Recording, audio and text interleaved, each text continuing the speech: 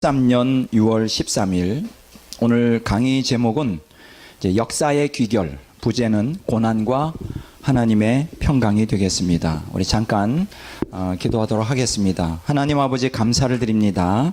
종말에 저희들을 불러주시고 마지막 때 사역자로 택해 주시니 감사합니다. 복음의 진리를 바로 알고 행함으로 복된 하나님의 사역자들이 되도록 역사하여 주시옵소서. 모든 영광과 존귀와 찬양을 주님께 돌리며 예수 그리스도 이름으로 기도를 드립니다. 아멘. 우리가 계속해서 지금 우리가 고난에 관한 문제를 다루고 있습니다. 다루고 있는데 아마 여러분들이 이렇게 생각하기 쉬워요. 우리 빨리 그 요한계시록 구조 분석으로 들어가면 좋겠다. 너무나 길다 이렇게 생각하기 쉽지만 사실은 요한계시록을 정확하게 이해하기 위해서는 이 고난을 이해하는 것이 너무나 중요합니다. 왜냐하면 요한계시록의 주제는 7년 대환란이고 7년 대환란 여기서 그렇죠? 그 환란이라고 하는 것은 다른 말로 말하면 이제 고난이다 이렇게 말할 수도 있죠. 그래서 우리가 7년 대환란 요한계시록을 정확하게 구속사적으로 이해하기 위해서는 이 고난의 본질과 또 특징 그리고 과정과 목적이 무엇인지를 아주 뚜렷하게 이해하는 것이 너무나 중요합니다. 이 고난 문제 또 이 고난 문제가 지금 기독교 신학에서 정확하게 규정이 안 된 상태예요. 물론 성경을 통하여 많은 신학자들 또 많은 목회자들이 고난 문제를 개신교에서 다루고 있지만 제가 생각할 때는 조금 더 깊이 그 본질적으로 다룰 필요가 있어요. 다른 말로 말하면 하나님께서 구속사를 시작하고 진행하고 완성하는데 고난은 필수 요소라고 하는 개념입니다. 아마 많은 사람들이 이 고난은 죄의 결과다 이렇게 이 정도는 알고 있어요. 이 고난이 왜 오는가? 이 세상에 왜 악이 있는가? 이 고난은 악에서 오잖아요. 악이라고 하는 것은 이제 우리가 두 가지 우리가 말할 수 있죠. 악 할 때 물론 악의 본질은 사탄이죠. 사탄인데 우리가 보통 신학에서 악이라고 말할 때는 두 가지를 말합니다. 하나는 자연악, 자연적 악, 내추럴 이블이라고 그러죠. 자연악이라고 말하고 다른 하나는 도덕적 악 혹은 도덕악, 모랄 이블이라고 말합니다. 자연악이라고 하는 것은 우리가 이 세상에 일어나는 그 돌발적이든 어떻든 일어나는 천재지변, 뭐 지진이든 홍수든 이번에 독일에서 엄청난 홍수 때문에 아주 그 고통을 많이 당하고 있죠. 뭐 이런 것들 지진이다 혹은 화산 폭발이다 이런 것들은 다반사로 인류 역사에 인간에게 고통을 주었죠. 이것도 하나의 악이죠. 이걸 자연악이라고 말합니다. 도덕악이라는 것은 인간을 통해서 저질러지는 악을 얘기합니다. 뭐 살인이다, 폭행이다, 혹은 강도다, 뭐 전쟁이다 이런 것들이 이제 다 도덕악인데요. 이 악은 어디서 오는가? 바로 죄의 결과죠, 그렇죠? 죄의 결과고 이 악을 통해서 우리가 인간은 무엇을 경험합니까? 고통을 경험합니다. 이 고통. 근데 이제 이 고통에 관한 한 우리가 이 세상에 죄가 있다는 것, 그래서 악이 존재한다는 것, 그리고 그거로 말미암아 고통이 있다는 것은 누구나 다 아는 사실이에요. 그런데 문제는 뭐냐? 이 고통에 대하여 죄와 악을 통한 고통에 대하여 지금 개신교 신학에서는 정확하게 구속사적으로 해석하는 것이 굉장히 미흡합니다. 그러다 보니까 이 고통 문제를 어떤 거 회피하려고 하는 측면에 그 신학이 득세를 이루죠. 그걸 뭐라고 말하느냐? 탐욕의 복음이다 이렇게 말합니다. 탐욕의 복음에서 이게 부와 건강의 복음이라고도 말합니다. 부와 건강의 복음이다 이렇게 말하는데 이러한 부와 건강의 복음 밑에는 무엇을 전제로 하느냐? 고통의 제거를 전제로 하고 있죠. 그렇죠? 그래서 지금 개신교인들의 신앙이 굉장히 성경적인 구속사에서 많이 벗어나 있다. 이제 그것을 다시 돌리기 위해서 우리는 이 고통 문제를 정확하게 구속사적으로 우리가 재해석하는 것이 너무나 필요합니다. 왜냐하면 구속사를 시작하고 진행하고 완성하는 데 있어서 이 고통은 필수적인 요소입니다. 다른 말로 말하면 인간이 고통을 피할 수 없다는 거예요. 이 땅을 떠나는 그날까지. 성경은 다음과 같이 얘기를 하고 있습니다. 욥기 5장 7절을 보도록 하겠습니다. 욥기 5장 7절.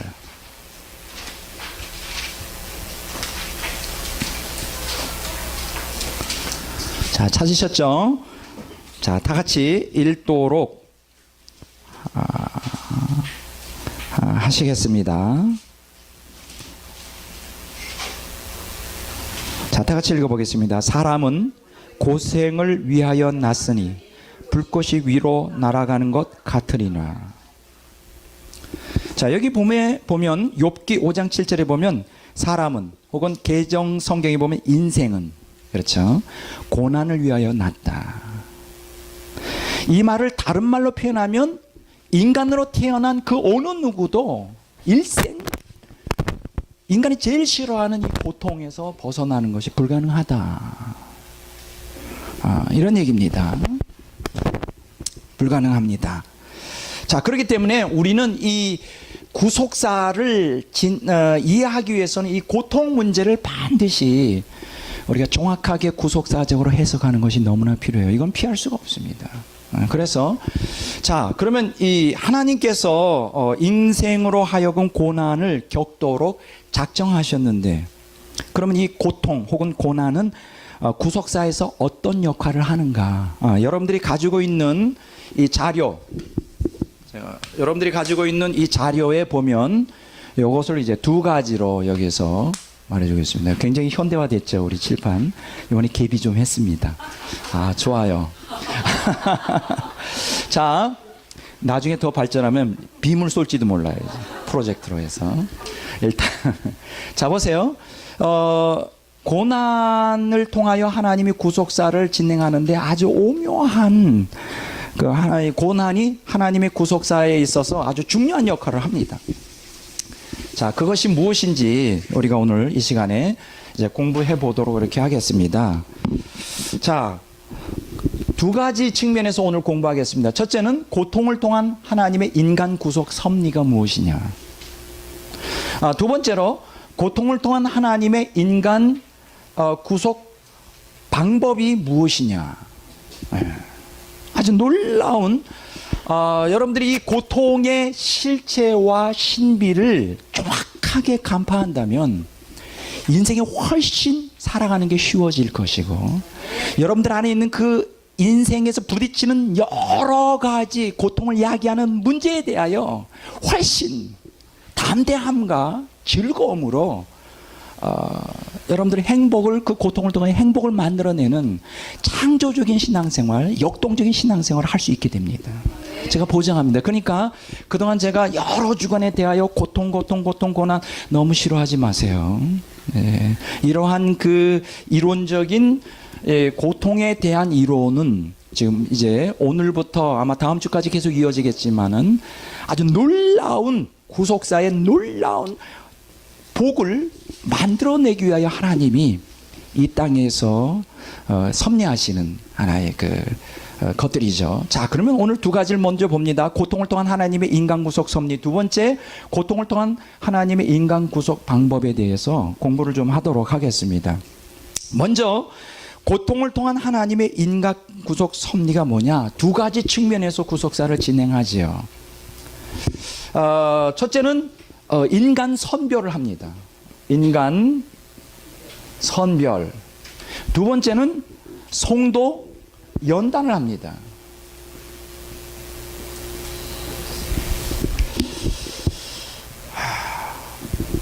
이거 굉장히 중요해요. 이게 이제 하나님의 구속사에 감추어진 의도예요. 제가 원래 그 신학이 제목이 뭐냐? 하나님의 감추어진 의도가 제 신학의 아주 빅 타이틀이에요. 이거 하나님의 감추어진 의도, 구속사에 있어서 하나님의 감추어진 의도를 모르면 성경을 아무리 읽고 신학을 아무리 공부해도 성경이 열어지지가 않아요. 하나님의 감춰진 의도가 뭔지를 알아야 돼. 그게 뭐냐면, 그 내용이 뭐냐면 두 가지예요. 인간의 선별과 성도의 연단이에요. 이것은 무엇을 목적으로 하느냐? 이제 결국은 천국과 지옥으로 갈라지는, 천국과 지옥으로 갈라지는 이런 궁극적인 구속사의 완성을 위한 하나의 과정이죠. 그러면 여기서 인간 선별과 성도 연단이라는 건 왜 우리에게 주어지냐? 다른 말로 말하면, 한마디로 말하면 고통이라고 하는 수단을 통하여 인간을 선별하고 성도를 연단하는데 그 이유가 무엇이냐? 그것은 하나님의 생명과 관련이 돼요. 여러분들이 이것을 깊이 이해가 돼야 돼요. 우리는 개신교인들이 제일 많이 아는 게 믿음, 은혜, 구원, 이러한 용어들은 입에 달고 사는데 실제적으로 그 구원의 내용이 무엇인지에 대해서는 많이 몰라요. 구원의 내용이 뭔지를 모르니까 은혜에 대해서도 잘 몰라요. 그러니까 구원을 얻는 그 믿음이 도대체 뭘 의미하는지도 잘 몰라요. 여기서 제일 중요한 것은 우리가 이제 구원이라고 말할 때 우리가 보통 이제 죄로부터의 구원 이렇게 피상적으로 생각하는데, 뭐 사망으로부터 생명으로 구원인데, 구원의 내용은 뭐냐? 바로 하나님의 생명을 얻는 것입니다. 구원의 핵심은 생명이에요. 생명 합일이라 이렇게 말할 수 있어요. 이게 이제 요한복음 17장에 나오는 주제이기도 합니다. 자, 하나님의 생명, 요것은 신적 속성이에요. 신적 속성인데 신의 성품에 참여하게 하는 거예요. 신의 성품의 본질이 바로 생명이에요. 물론 신의 성품에는 이제 세 가지가 우리가 신학적으로 말합니다. 하나는 거룩, 두 번째 뭐냐? 진리, 세 번째 사랑이에요. 여기 이제 하나님의 신의 성품의 3대 요소인데 그것의 본질을 이루는 게 바로 생명이란 말이죠. 자, 그런데 이 생명은 중요한 것은 물질적인 것이 아니에요. 현상적인 것이 아니에요. 이거는 하나님의 인격적 생명입니다. 근데 이 하나님의 인격적 생명은 우리가 하나님께서 우리에게 주시려고 인간을 창조했어요. 그래서 창세기 1장 26절에 보면 이 하나님의 생명을 담아주기 위해서 인간을 만들었는데 그것을 뭐라고 말하느냐? 하나님의 형상대로 지음받았다. 하나님의 형상. 여기서 하나님의 형상, 뭐 라틴어로 이마고 데이, 뭐 the image of God, 뭐 이렇게 별 얘기를 많이 하지만 도대체 하나님의 형상이 뭐예요? 한마디로 말하면 하나님의 생명을 담는 그릇이에요. 생명 담는 그릇이에요. 그러니까 인간은 하나님의 생명을 담도록 창조되었어요. 그리고 구속사는 하나님의 생명을 담는 과정이에요. 그러니까 다른 말로 말하면 인간은 언제 궁극적으로 인간의 정체성, 본질, 행복을 알 수 있느냐? 하나님의 생명을 담을 때 우리가 진정한 인간의 존재 가치와 정체성과 인생의 의미를 다 알게 되는 것이에요. 자, 그런데 여기서 중요한 것은 하나님의 생명을 담는 그릇인데 하나님의 생명이 그냥 남겨지지가 않아요. 왜냐하면 이 생명은 인격적 생명이고 하나님이 인격적인 하나님이기 때문에 이 인격이라고 하는 것은 무엇을 갖고 있습니까? 이 인간의 인격이라고 하는 것은 무엇을 가지고 있느냐 하면 자유의지를 갖고 있어요. 혹은 의지의 자유의지를 갖고 있어요. 이 자유의지라고 하는 것은 자유의지라고 하는 아주 독특한 특성을 인간은 갖고 있습니다. 따라서 합시다. 자유의지. 이 자유의지에 대해서 물론 2000년 역사 속에 뭐 철학에서는 신학에서 뭐 자유의지가 있다 없다 뭐 여러 가지 논쟁이 있지만 이것은 그런 걸 다루지 않고 여기서 제가 다루고자 하는 것은 이 자유의지가 인간 존재의 본질이라고 하는 거예요. 왜 자유의지를 주셨을까요? 그것은 하나님의 생명이 그냥 물질적으로 우리에게 강압적으로 다가올 수 있는 것이 아니라 인격적인 생명이기 때문에 인격적인 인간의 자유의지를 보장해줘야 인격적인 생명이 들어올 수가 있는 것이에요. 자, 그런데 이러한 자유의지를 통하여 인격적인 하나님의 생명과 합의를 되려면 뭐가 있어야 되느냐? 자유가 보장되어야 되는데 이게 바로 악과 죄가 이 땅에 존재하는 이유예요. 선택할 수 있는, 자유의지의 특성은 뭐냐? 선택의 자유를 얘기해요. 선택의 자유. 선택의 자유.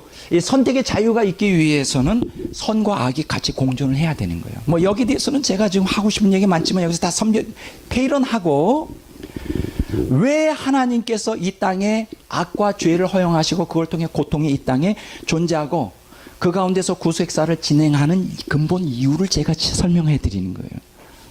하나님께서는 악을 통하여, 또 악을 통한 고통을 통하여 천국과 지옥에 들어갈 사람들을 선별하십니다. 먼저.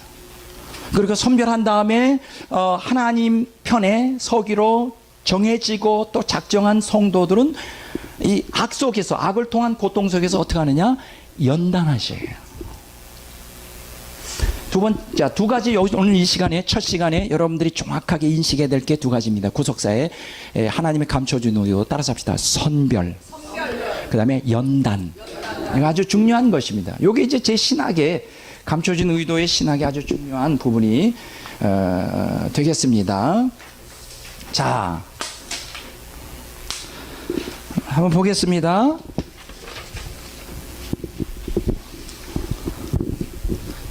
하나님께서 고통을 통하여, 악을 통한 고통을 통하여 인간을 선별하셔요.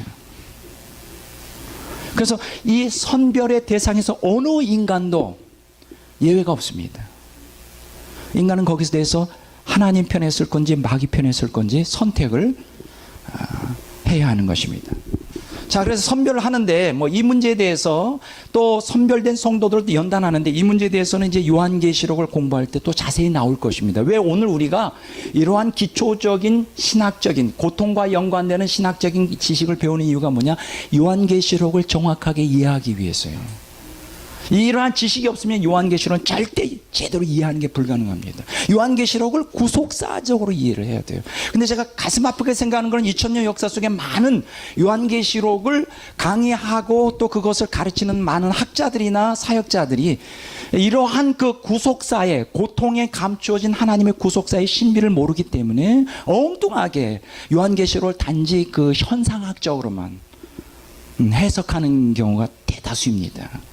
그러니까 하나님의 원래 우리에게 요한계시록을 통하여 주시고자 하는 구속사적인 그 신비, 고통에 감추어진 그 엄청난 신비를 이해를 못하고 있는 것이죠. 그래서 제가 이것을 지금 계속 얘기를 하는 겁니다. 자, 인간 선별에 있어서 두 가지 하나님께서는 고통을 통하여 인간을 이제 고통을 사용하십니다. 첫째가 뭐냐?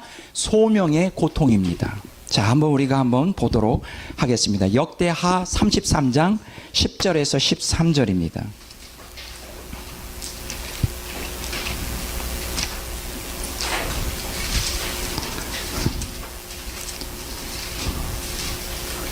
자, 역대하 33장. 자, 10절에서 13절을 보도록 이렇게 하겠습니다. 자, 찾으셨나요? 예. 다 같이 한 목소리로 읽겠습니다. 구약성경 703쪽이죠.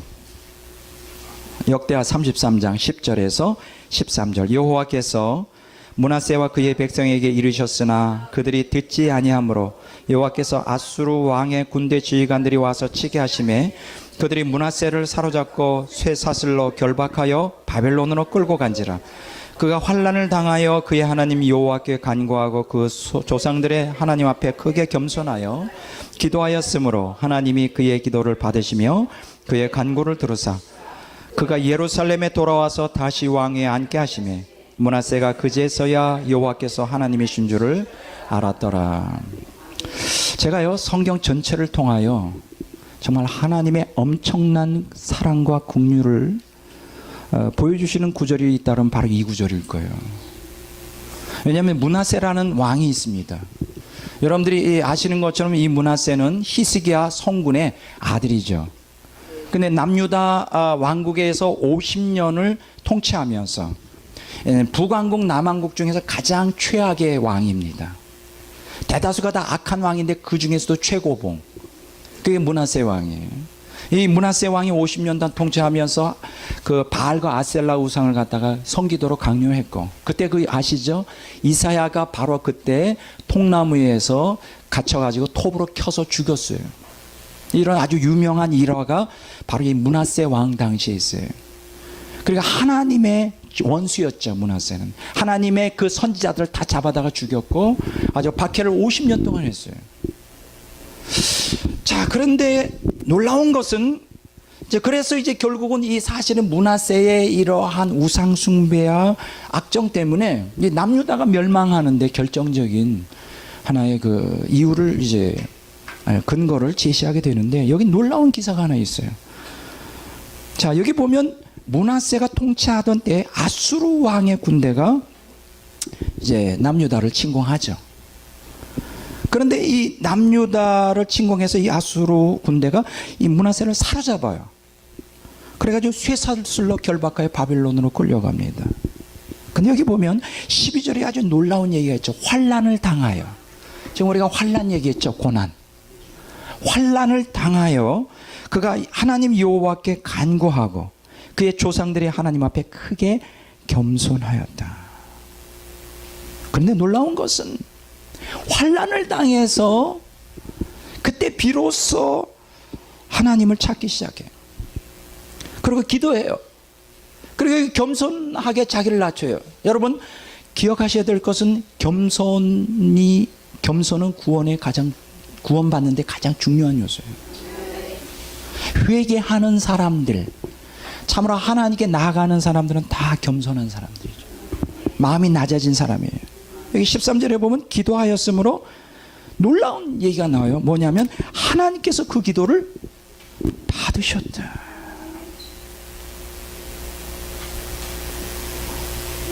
그리고 여기 13절의 후반부에 보면 그제서야 여호와께서 하나님인 줄을 알았더라. 이게 뭘까요? 므낫세가 구원받았습니까? 안 받았습니까? 확실히 구원받았어요. 저는 이 성경에 여러 구원의 스토리가 많이 있지만 이 구절 읽을 때마다 난 하나님 이해가 잘 안 돼요. 아니 웬만큼 죄를 범해야지. 50년 동안 우상 숭배한 것도 모자라가지고 주의 종들을 다 데려다가 죽이고 말이에요. 이사야도 그냥 톱에 켜서 죽이고. 이사야가 도대체 어떤 사람이에요? 므낫세의 스승 아닙니까? 자기 아버지 이 히스기야 왕 당시에 아주 높은 스승 아니에요? 그 사람을 죽여? 아주 악질 중에 악질이지. 내가 만약 하나님이라면 난 절대 용서 안 해요. 자, 용서의 문은 끝났다. 문 닫았다. 다른 데 가봐라. 너무 늦었어. 야, 하나님의 그 자비하심, 긍휼 너무합니다. 그래서 저는 하나님이 될 자격이 없는 거예요. 참 무슨 얘기하는지 여러분 잘 모르시겠지만, 여러분 만약에 므낫세에게 이런 환난이 없었다면 그가 믿었을까요? 하나님을? 아니죠. 그래서 이 므낫세는 이 환난을 통하여 하나님을 만나고 천국에 갈 수 있는 놀라운, 회개하여 천국에 들어갈 수 있는 놀라운 기회를 받게 되는 거예요. 그래서 환난은 얼마나 우리에게 좋은지 몰라요. 고난은 하나님이 우리를 구원으로 부르시는 소명의 고통입니다. 소명의 고통. 따라서 합시다. 소명의 고통. 하나님께서 왜 인생에게 고통을 허락하시느냐? 구원하시려고요. 수많은 사람들이 고통 속에서, 고난 가운데서 하나님께 나옵니다. 우리 여러분 한국의 IMF라는 그 엄청난 경제적인 그 어려움이 닥쳤었죠. 그때 막 줄도산했어요. 줄도산. 그때 많은 사람들이 하나님 앞으로 돌아왔어요. 저는 오늘 여러분들에게 말합니다. 여러분들이 이 땅에 일어나는 그 모든 사건, 그것이 기쁜 일이든 슬픈 일이든 무엇이든지 그것을 단지 현상적으로만 해석하지 말라는 거예요. 구속사적으로 해석해야 돼요. 따라서 합시다. 구속사적으로 해석하자. 구속사적으로 해석해야 돼요. 오늘 하나님께서 궁극적으로 관심 있는 것은 하나님의 생명을 우리에게 넣어주는 거예요. 왜냐하면 그것이 우리의 창조, 하나님의 형상, 하나님의 생명을 단도로 우리를 만드신 목적이니까. 그것이 구원의 핵심이에요. 구원의 핵심이라는 것은 단지 이 땅에서 그냥 잘 먹고 잘 살다가 천국 들어가는 게 구원이 아니란 말이에요. 이 땅 땅에서 하나님의 생명을 받아서 하나님의 형상을 회복하는 거예요. 그런데 이 하나님의 형상을 회복한, 하나님의 생명을 닫고 하나님의 형상을 회복하기 위해서는 우리가 뭐가 필요하냐? 인간에게 자유의지가 있고 선택의 자유가 있기 때문에 그냥 내버려 두면, 환경이 모두가 다 좋아지면 우리는 저절로 가만히 있으면 또 타락하게 돼 있어요. 그래서 하나님께서는 우리에게 뭘 허락할까요? 악과 죄를 통해서 뭐를? 고통을 허락하실 수밖에 없어요. 그러니까 고통이라고 하는 것을 통하여 지옥 갈 백성들이 얼마나 많은 사람들이 천국으로 인도했는지. 그래서 고통은 첫째가 소명의 고통이에요. 따라서부터 소명의 고통. 자, 그런데 이 소명의 고통에 응답하여 하나님 앞에 나온 사람들은 다 구원을 받게 되죠. 근데 어떤 인간들은 아주 찔긴 인간들이 있어요. 고통 아니라 환난에 대환난을 당해도 이를 악물고 하나님의 부르심에 거부하는 인간들이 있어요. 요건 독종이고 악질들이에요. 이런 사람들이 꽤 많아요. 어떤 사람들은 그 고통이 올 때 막 술로 이제 자기를, 고통을 피하기 위해서 술 중독이 되는 사람도 있고, 마약 중독이 되는 사람도 있고, 세상에 몰입해 가지고 그 고통을 잃어버리려고 하고, 그러다가 그것도 안 되면 지성질을 못 이겨 자살을 하죠. 뭐 자살하기 전에 또 아주 이상한 일들을 벌려요. 나만 죽는 게 억울하다. 같이 죽자 해서 지나가는 사람, 엉뚱한 사람 칼로 찌르거나 몇을 죽이거나, 그리고 자폭하든지 자살을 해요. 이것들은 아주 독종이고 문화세보다 더 악질들이에요. 근데 이런 사람들은 어떻게 하냐? 끝까지 고통을 통하여 하나님 부르시는 소명에 응답하지 않는 사람은 뭐냐? 결과가 뭘까? 심판의 고통이 있어요. 하나님께서 고통을 통하여 부르십니다. 여러분 기억하십시오. 이 땅에서 고통 없이 살아가는 존재는 하나도 없어요. 부한 사람이든 가난한 사람이든 돈 많은 사람이든 가난한 사람이든 또 건강한 사람이든 병든 사람이든 지위가 높은 사람이든 낮은 사람이든 젊은 사람이든 늙은 사람이든 고통이 없는 사람이 없어요. 그 고통은 다 기본적으로 구속사를 위하여 우리를 소명하는 소명의 고통이에요. 자, 근데 이러한 고통에도 불구하고 하나님을 반역하는 인간들이 또 있죠. 그러한 인간들은 하나님께서 어떻게 하시냐? 심판의 고통을 줍니다. 그러니까 고통이라고 다 같은 고통이 아니에요. 소명의 고통이 있고, 두 번째 무슨 고통? 심판의 고통이 있어요. 이사야서 57장 20절 21절 봅니다.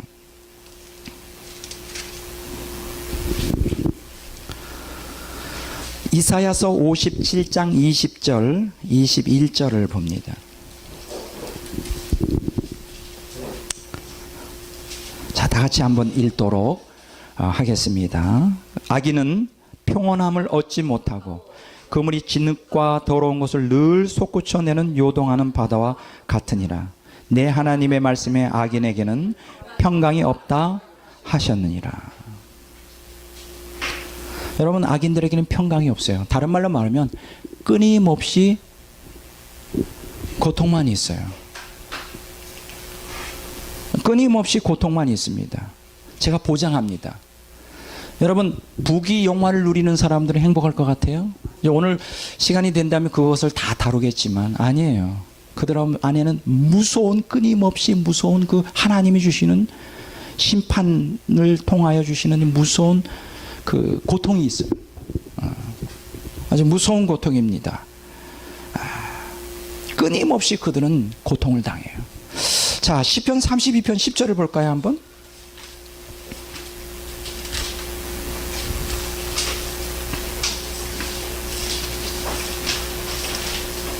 시편 32편 10절을 보겠습니다.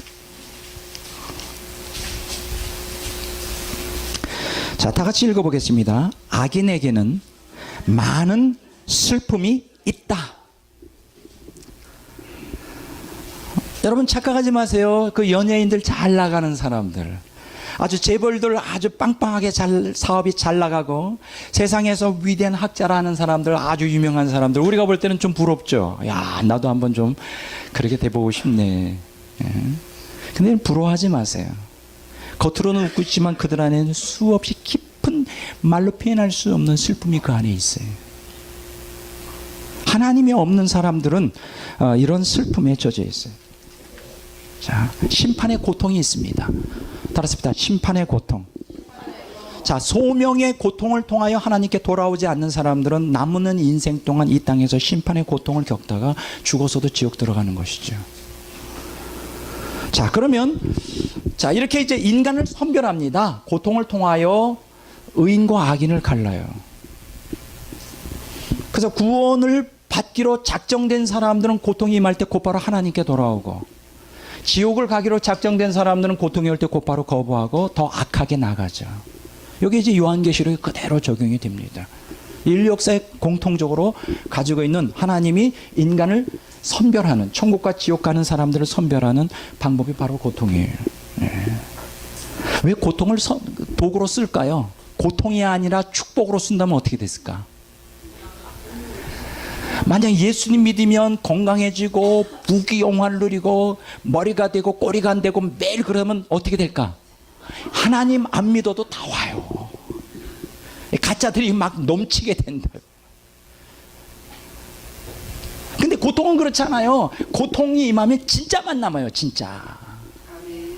고통이 임하면 진짜만 남는다고. 그래서 고통이라는 도구를 사람들이 보기에 안 좋은, 그렇죠, 혐오스러운 이 방법을 통하여 진짜와 가짜를 이제 구별하게 되죠.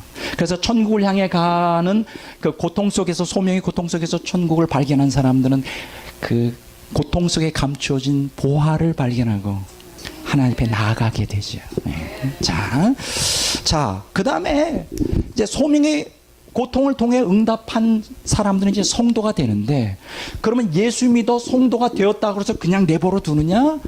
이게 지금 개신교 신학에서 이 부분이 굉장히 좀 부족한 부분이에요. 그냥 예수 믿으면 천국 간다. 이게 전부란 말이에요. 그래서 신앙생활, 교회생활 잘하면 그냥 그것으로 오케이.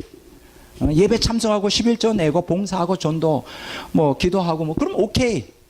근데 이게 아니란 말이에요. 하나님께서는 성도들을 어떻게 하느냐? 그 생명이 합일이 되지만 이 생명이라고 하는 것이 예수 믿는 그 순간에 다 이 안에 성취가 안 돼요. 예수님 믿는 순간에 세 사람이 형성되는데 하나님의 생명이 우리 자아의 이식됨으로 형성되지만 그것은 씨앗이 심겨지는 것과 같아요. 그래서 하나님 나라, 영적 하나님 나라가 내적으로 이제 확장해야 되는데 그냥 되어지지 않아요. 이 문제에 대해서는 우리가 그동안 많이 다뤘고 앞으로도 여러 번 다루게 됐지만, 그래서 어떻게 하냐, 우리 안에 이식된 생명이 확장되어 충만해지려면 무엇을 받아야 되느냐? 연단을 받아야 돼요. 연단, 당금질을 받아야 돼요. 당금질, 그걸 연단이라고 말합니다. 따라서 합시다. 연단. 자, 연단에는 크게 두 가지가 있어요. 믿는 성도들을 하나님이 연단하시는 것은 두 가지가 있어요. 하나는 징계의 고통이 있고, 두 번째는 연단의 고통이 있어요. 물론 두 말이 같은 얘기예요. 징계가 연단하고 연결되니까.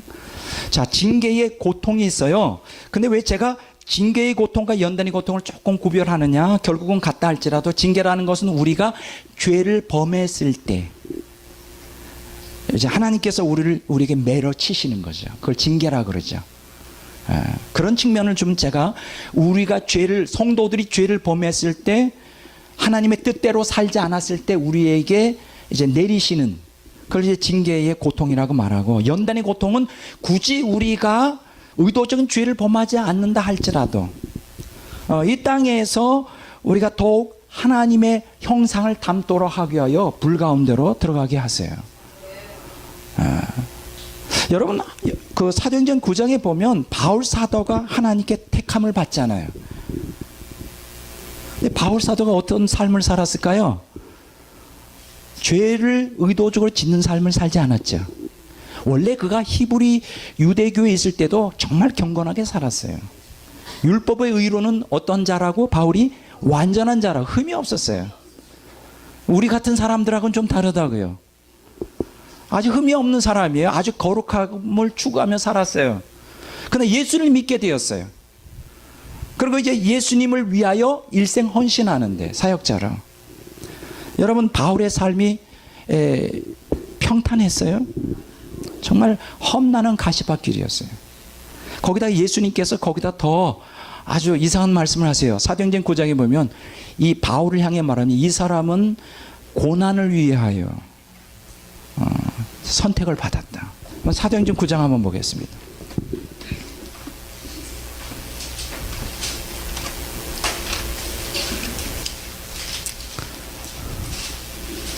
(16절을) 봅니다. 사도행전 9장 16절. 그가 내 이름을 위하여 얼마나 고난을 받아야 할 것을 내가 그에게 보이리라. 주님을 위하여 억수로 고난받는 삶을 살 것을 예고를 하시죠.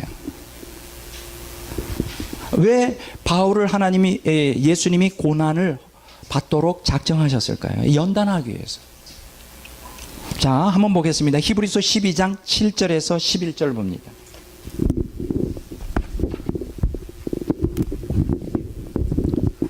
히브리서 12장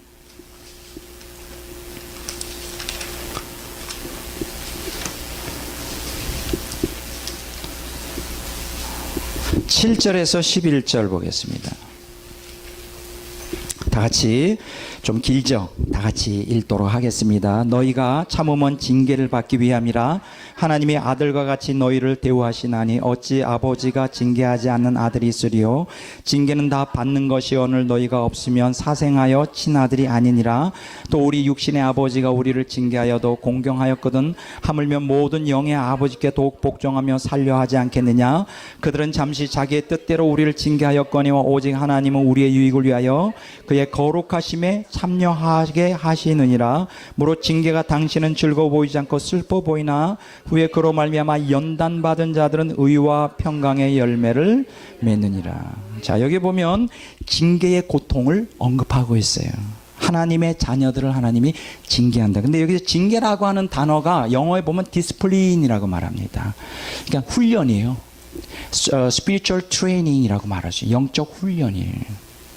자, 영적 훈련 하는데 이제 고통이 따르죠. 그래서 하나님께서는 믿는 성도들을 바로 교종시키기 위하여. 그럼 여기서 바로 교종시키는 목적이 뭐죠? 하나님의 생명이 온전히 그 안에 온전히 충만해지도록. 그러면 하나님의 생명이 충만해지려면 어떻게 될까요? 한마디로 말하면 자기 중심주의에서 하나님 중심주의로의 코페르니쿠스적 변혁을 일으켜야 돼요. 근데 그게 하루아침에 안 돼요. 자기 중심주의에서 하나님의 중심주의로 바꾸기 위해서는 하나님께서 뭐를 허락하시느냐? 고통을 허락하셔요. 그냥 우리가 말씀 보고 믿고 기도한다고 해서 생명이 그냥 저절로 우리 안에 이식되는 게 아니에요.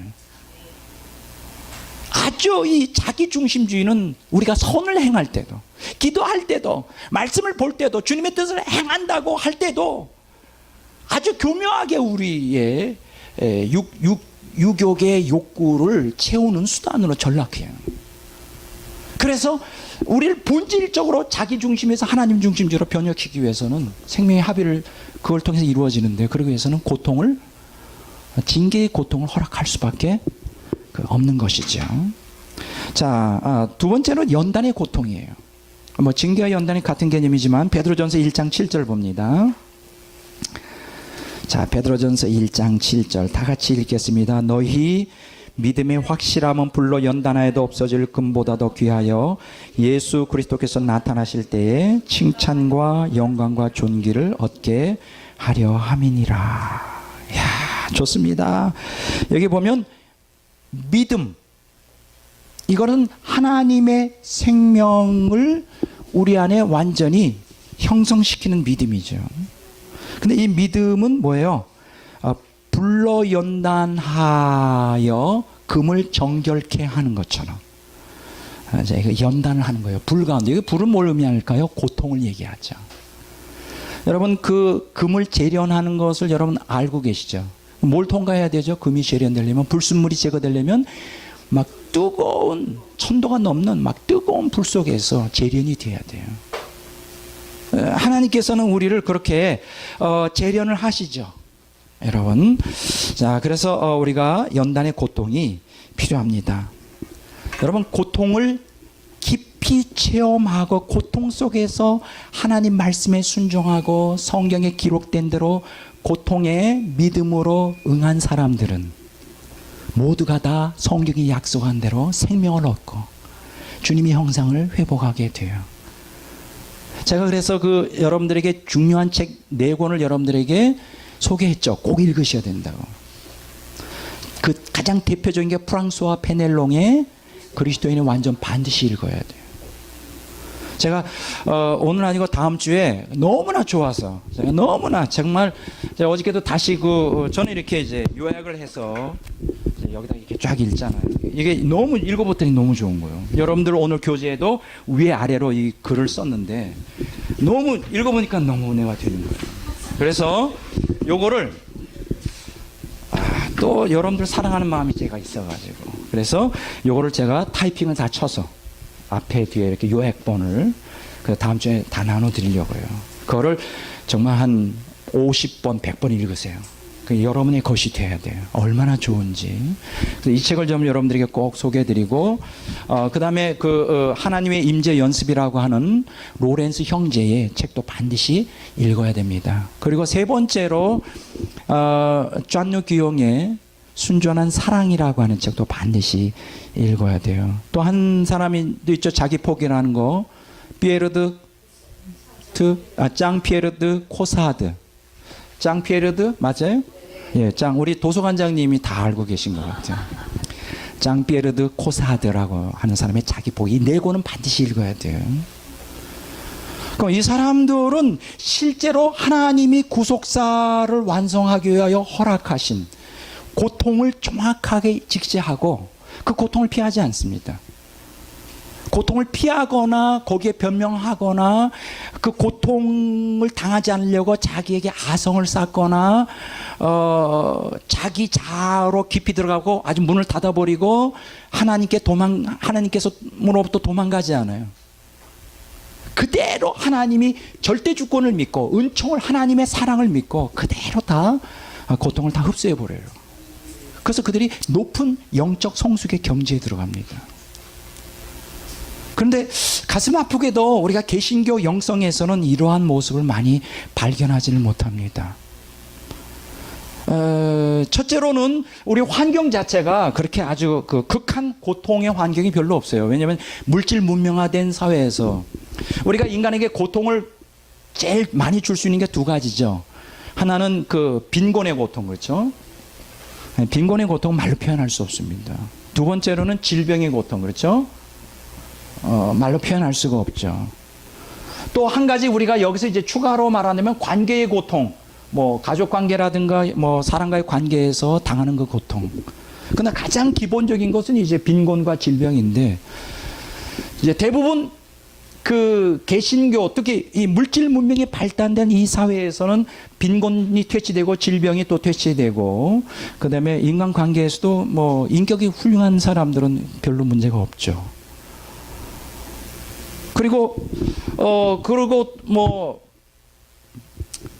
기독교 국가, 그러니까 기독교가 주류를 이루는 기독교 국가에서는 목회자들도 존경하니까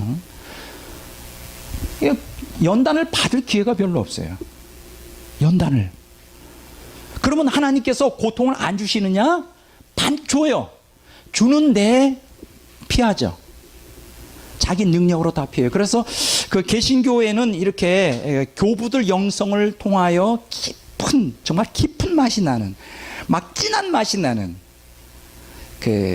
이러한 영성들을 발견하기 어려워요. 요번에 제가 읽은 책 한 권을 좀 소개해 드리려고 하는데, 바로 이 책이에요. 요 근래에 나온 책이에요. 고난의 능력이라고 하는 책입니다. 여러분들이 읽어보셔도 좋습니다. 존 맥아더. 제가 좋아하는 분이죠. 예, 이분이 로드십 셀베이션이라고 하는 책을 신학적인 주장을 했던 사람인데 제가 굉장히 좋아하는 사람이에요. 이 사람은 미국에서 아주 큰 목회를 하고 계시고, 제목이 고난의 능력, The Power of Suffering이라고 그러죠. 이 부제가 고난을 통해 연단받는 믿음. 너무 내용이 좋고, 그래서 인터넷으로 리뷰해 보니까 너무 좋아요. 그래서 빨리 구입해서 제가 다 봤는데 너무 또 싱거워요. 제가 이렇게 한두 번 실망한 게 아니에요. 대다수의 기독교 신학자들이나 목회자들의 이 고난에 대한 책들 보면 이거 장난하는 것 같아. 이거 뭐야? 이거 장난하는 것 같아. 근데 읽어보면, 여러분들이 이걸 읽어보면 아시겠지만 다 논리적이고 다 성경에 나오는 정말 다 정답만 얘기하고 있어요.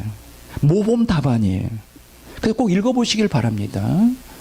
그런데 이상하게 생명이 없어요. 그런데 이상하게 머리에서만 맴돌고 내 안에 영으로, 지금 아까 피에르 코사드라든가 프랑스와 페넬로 이런 사람들 책에 볼 때 막 내 영이 막 뒤집어지고 그냥 막 감동이 됐다가 눈물이 났다가 콧물이 났다가 기뻤다가 막 그냥 막 황홀경에 임했다가 막 이런 역사들이 없어요. 그 왜 그럴까? 왜 그런 것 같아요? 이 사람이 왜 그런 것 같아요? 뭐가 문제죠? 아, 그래요. 맞아요. 바로 이분의 영성이 이 수준밖에 안 돼요. 영성만큼 이 사람의 글이 우리에게 감동을 주는데 이 사람의 영성이 수준이 아주 낮은 거예요. 죄송합니다. 존 메가더 목사는 내가 정면으로 공격하는 거 아니에요. 지금 대부분 다 그래요. 계신 게. 영성의 수준이 너무 낮아요. 머리로만 가요. 왜 그럴까요? 이 사람이 정말 그 고난의 깊이를 모르고 있다는 것이죠. 아주 깊은 고난 가운데 통과하면서 하나님을 만난 사람은 달라요. 그 제랄드 엘시처라고 하는 사람의 책이 나한테 깊은 감동을 주는 이유가 뭐예요? 아니, 말로 표현할 수 없는 고난 속에 그가 하나님의 그 은혜와 영적 성숙을 이루었기 때문에 저에게 큰 감동을 주는 거예요. 존 메가더 목사님이 고난받을 일이 없죠. 수천 명 모이는 교회에서 좋은 대우받고 빈곤의 고통을 당하겠어요? 질병의 고통을 당하겠어요? 관계성의 고통을 당하겠어요? 아무것도 없어요. 그러니까는 맛이 없는 거예요. 영향을 끼치지 못하는 거예요. 이게 지금 대다수의 개신교 신학의 영성의 현주소예요. 제가 이 사람을 비난하는 거 아닙니다. 그렇다는 거예요. 왜 그럴까? 오늘 현대 개신교인들은 이렇게 교부들의 이 고통을 통한 신비, 고통의 신비, 이 구속사 속에서 이 고통의 신비를 갖다가 감당 못해요. 껍데기만, 그냥 슬렁슬렁 껍데기. 그러니까 성화가 안 되지. 성화가 안 돼요. 그래서 이번에 제가 이 책을 읽으면서 많이 좀 느낀 바가 많습니다. 아, 이분이 한계구나. 조금 더 고통을 많이 당했으면 좋겠는데 이렇게 되면 또 안 되잖아요. 또 제가 그런 얘기하면 안 되죠. 억지로는 안 되는 거 아니에요. 자 그러면 우리가 지금 고통을 통한 하나님의 인간 구속 섭리에서 두 가지를 말씀드렸어요. 인간 선별과 성도 연단. 여기 이제 기본 구도고, 그럼 왜 우리가 구속사에서 고통을 통하여 하나님이 이루시고자 하는 목적이 무엇이냐? 두 가지를 말씀드리려고 해요. 하나는 고통의 역학과 두 번째는 고통의 열매예요.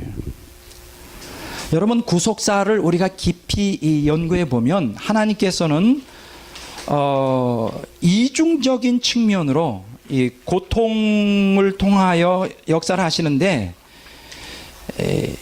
이중적인 측면으로 구속사를 진행하셔요. 지금 이걸 자료를 찾고 있어요. 예. 어디에 있나? 예.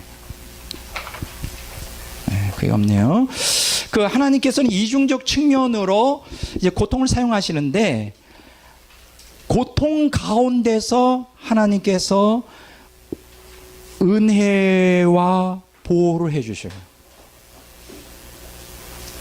그 고통 중에 있는 우리들에게 나타나서 우리를 거기에 은혜를 부어주시고 보호해 주시고 기적을 통하여 우리를 건지심으로 하나님의 영광을 드러냅니다.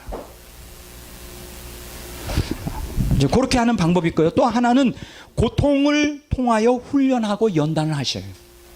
그러니까 이 고통의 이중적인 측면이에요. 고통이 올 때 거기에서 보호해주고 능력을 주어 기적을 행함으로 하나님의 살아계심을 나타내는 그 케이스가 있고, 또 하나는 그냥 고통을 그냥 당하게 하여 거기서 우리를 훈련하고 또 연단하시는 경우가 있어요. 고통을 그냥 무조건 당하게만 하시지 않아요. 고통을 당할 때 어떻게 한다고요? 우리에게 은혜와 보호, 거기서 기적을 나타내서 고통에서 건져주시는 경우가 있다고요. 여러분들도 그런 거 많이 경험했죠. 뭐 죽을 병이 걸렸을 때 기도할 때 고침받게 하거나, 맞아 정말 그 빈곤한 상태에서 하나님께 기도했더니 물질을 주시거나 그랬죠. 질병에서 건지거나, 인간 관계가 참 어려웠는데 기도했더니 풀어지거나. 거기서 뭐가 나타나죠? 하나님의 영광이 나타나죠. 자, 우리가 한번 성경을 한번 보겠습니다. 신명기 4장 34절.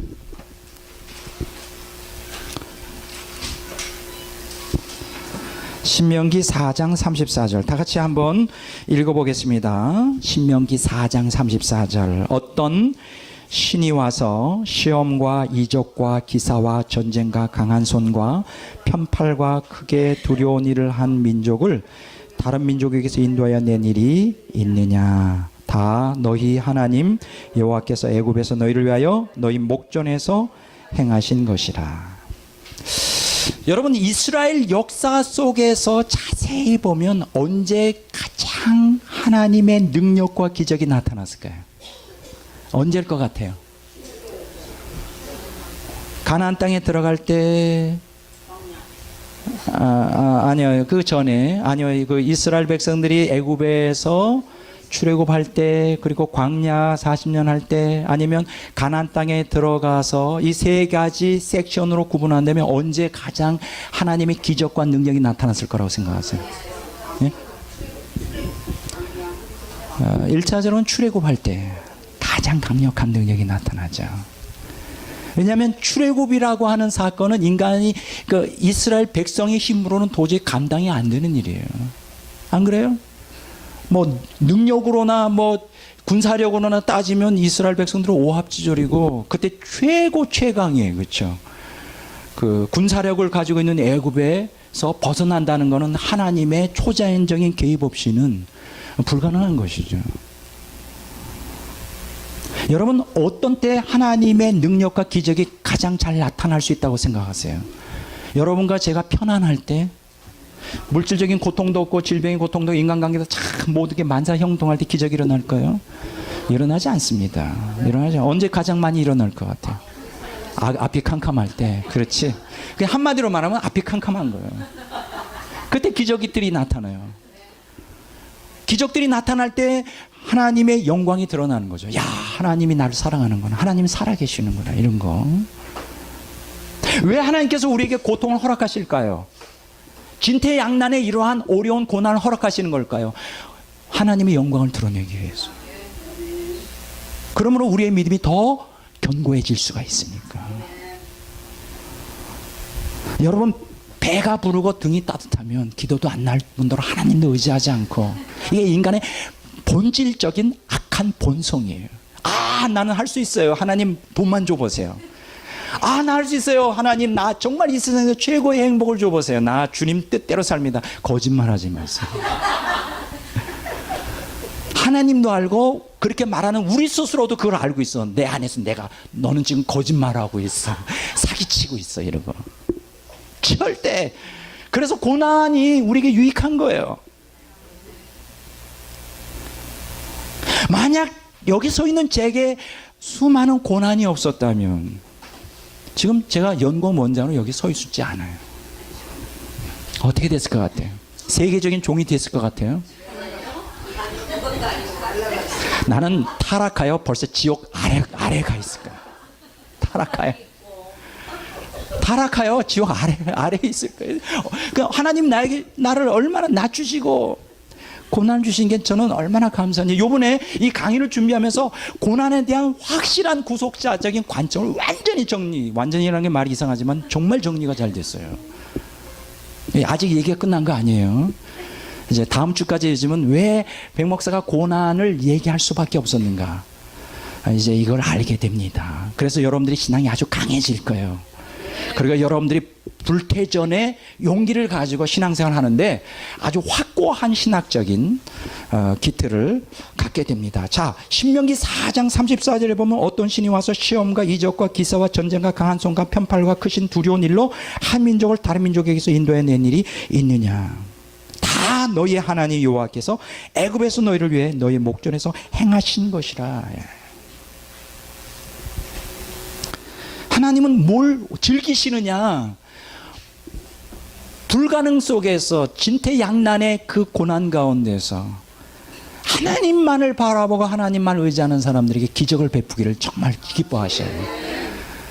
은혜를 베풀기를 정말 기뻐하셔요. 왜냐하면 그 순간에 그 고난 가운데서 하나님을 향해 나아가는 그 사람이 은혜를 베풀 때 오직 하나님께만 영광 되잖아요.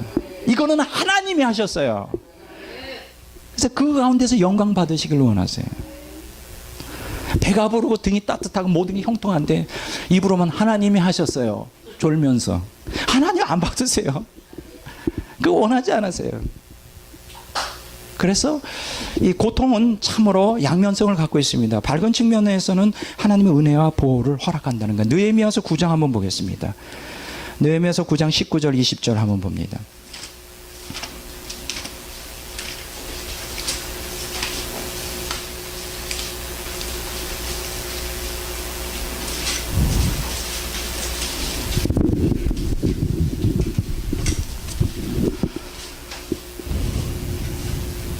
느헤미야서 9장 19절 20절 다 같이 읽겠습니다. 주께서는 주의 크신 국률로 그들을 광야에 버리지 아니하시고 낮에는 구름 기둥이 그들에게 떠나지 아니하시고 길을 인도하며 밤에는 불 기둥이 그들이 갈 길을 비추게 하셨사오며 또 주의 선한 영을 주사 그들을 가르치시며 주의 만나가 그들에게 입에서 끊어지지 않게 하시고 그들의 목마름을 인하여 그들에게 물을 주어 40년 동안 들에서 기르시되 부정함께 없게 하심으로 그 옷이 헤어지지 아니하였고 발이 부르트지 아니하였사오며. 느헤미야 9장은 다니엘서 9장과 더불어 그 이스라엘 백성들 자기 조상들의 죄를 대신하여 자복하고 회개하는 가운데 과거에 출애굽하여 광야 40년 동안 신앙생활 삶을 사는데 어떻게 하나님이 이스라엘 백성들을 긍휼히 여기시고 은혜를 베푸시고 자비를 베푸셔서 영광을 나타냈는가를 여기서 말해주고 있죠. 광야에서 버리지 않고 구름 기둥 낮에는 밤에는 불 기둥. 여러분 왜 낮에는 구름 기둥이고 밤에는 불 기둥일까요? 낮에 엄청 덥거든요. 사막이니까 광야 사막에 더워요. 그러니까 구름 쫙 드리워지고 밤에는 또 엄청 춥거든요. 영하로 내려가요. 그러니까 불로 다 어떤 그 불판이라고 말해요. 불 기둥이 아니에요. 이렇게 필러가 아니에요. 불판이에요. 판. 원어에 보면 이렇게 구름처럼 불로 이건 멋있을 것 같아. 와, 뭐 구름 기둥이 이건 자연현상이라고 생각할 수 있지만 이 밤에 불판이 쫙 해서 이렇게 따뜻하게 보호하고 있대. 멋있을 것 같아요. 그리고 하늘에서는 만나를 주시고 목마를 때는 샘을 터지게 하여서 갈증을 해소시켜 주시고 옷이 헤어지지 않고 발의 신이 헤어지지 않고 닳지 않고 얼마나 멋있어요. 이 놀라운 기적이 이스라엘 백성들이 가나안 땅에 들어가서 경험했나요?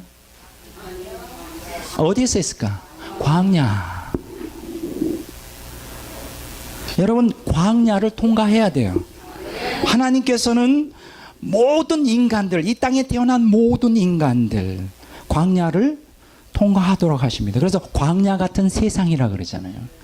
또 기억하셔야 될 것은 예수 믿는다고 모든 것이 형통하여 빈곤의 고통, 질병의 고통, 관계의 고통에서 벗어나는 게 아니에요. 예수를 믿어도 빈곤과 질병과 고통은 있을 수가 있어요. 왜 그럴까? 우리는 광야 같은 세상에 살아야 되기 때문에. 광야라는 것은 어떤 곳이냐? 그것이 바로 고통이 있는 장소예요. 자, 한번 성경을 한번 보겠습니다. 신명기 1장 19절 한번 보겠습니다. 신명기 1장 19절.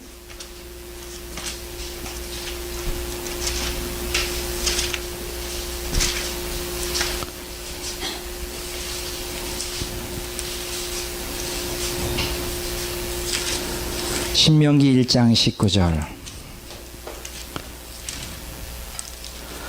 자, 다 같이 한번 읽어보겠습니다. 우리 하나님 여호와께서 우리에게 명령하신 대로 우리가 호렙산을 떠나 너희가 보았던 그 크고 두려운 광야를 지나. 여기까지 그 크고 두려운 광야라 그랬어요. 크고 두려운 광야. 여러분 모든 인생은 광야 같은 세상에 살아야 돼요. 근데 여기서 중요한 것은 믿는 성도들도 천국 들어가기까지 광야에서 살아야 돼요. 여러분, 우리가 보통 우리가 구원의 순서에 대해서 이렇게 말할 때 이렇게 이런 식으로 구도를 내리죠. 이런 식으로 구도를 하죠. 이건 애굽에서요. 출애굽하고 그다음에 홍해 건넌 다음에 광야 40년 하고 그다음에 가나안. 예.